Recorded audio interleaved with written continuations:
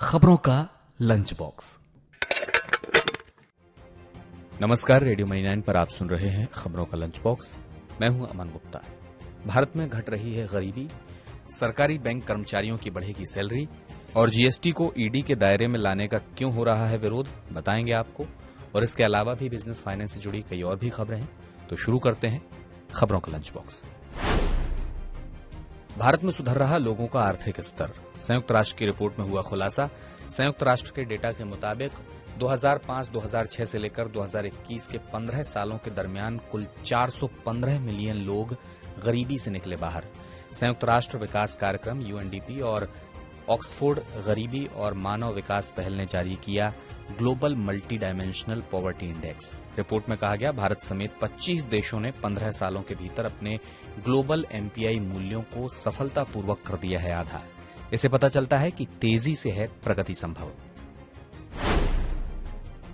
धोखाधड़ी और जानबूझकर लोन न चुकाने वालों पर होगी अब कठोर कार्रवाई। वित्त मंत्री निर्मला सीतारमण ने सरकारी बैंकों को डूबे कर्ज को कम करने के लिए कदम उठाने का दिया निर्देश। सरकारी बैंकों को आगे बढ़ने के लिए उठाने होंगे कदम। बैंकों ने पिछले 6 साल के दौरान 11,17,000 करोड़ रुपए के एनपीए को बट्टे खाते में डाला। एनपीए को बट्टे खाते में डालने से बैंक के बही खाते से हट जाता है कर्ज। ऊंची ब्याज दरों की वजह से नेट इंटरेस्ट मार्जिन पर दबाव को लेकर चिंतित है बैंक। दिल्ली सरकार ने जीएसटी नेटवर्क को धन शोधन रोकथाम कानून यानी पीएमएलए के दायरे में लाने का किया विरोध।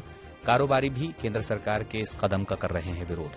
दिल्ली के मुख्यमंत्री अरविंद केजरीवाल ने आज ट्वीट कर कहा कि व्यापारियों का एक बहुत बड़ा हिस्सा जीएसटी नहीं देता है, कुछ मजबूरी में और कुछ जानबूझकर। अब अगर कोई व्यापारी जीएसटी नहीं देता है तो ईडी उसे सीधा गिरफ्तार करेगी और जमानत भी नहीं मिलेगी। इस वित्तीय वर्ष में डायरेक्ट टैक्स के रूप में एकत्रित धन की राशि 16% बढ़कर हुई 4.75 ट्रिलियन रुपए।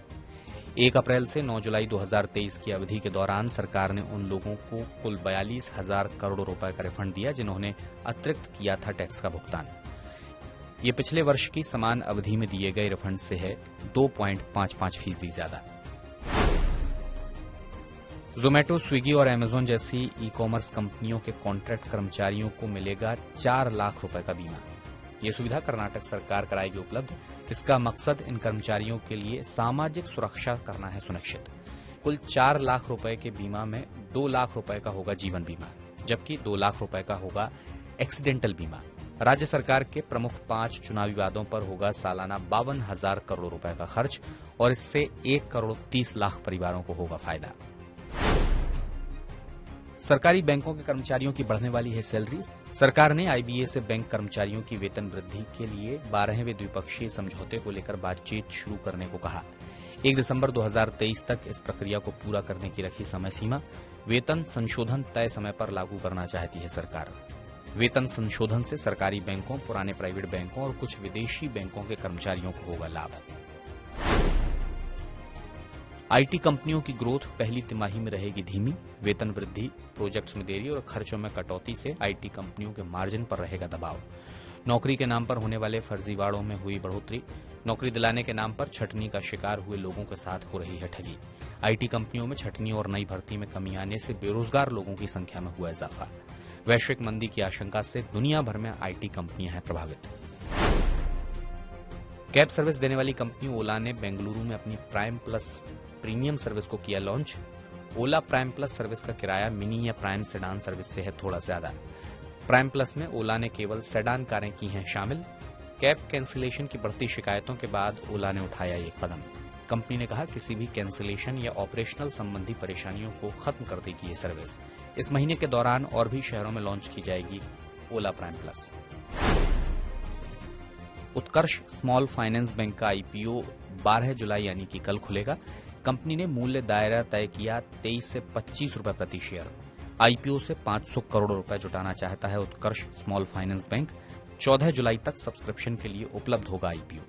एंकर निवेश 11 जुलाई को शेयरों के लिए लगा सकेंगे बोली। बैंक की जमा 7,507 करोड़ रुपए से बढ़कर हुई 13,710 करोड़ रुपए। इसी के साथ खबरों के लंच बॉक्स में मैं अमन गुप्ता लूंगा आपसे विदा। बिजनेस और पर्सनल फाइनेंस से जुड़ी हर अपडेट के लिए आप सुनते रहिए रेडियो मनी 9 और डाउनलोड कर लीजिए मनी 9 का मोबाइल ऐप। चलता हूं, नमस्कार। खबरों का लंच बॉक्स।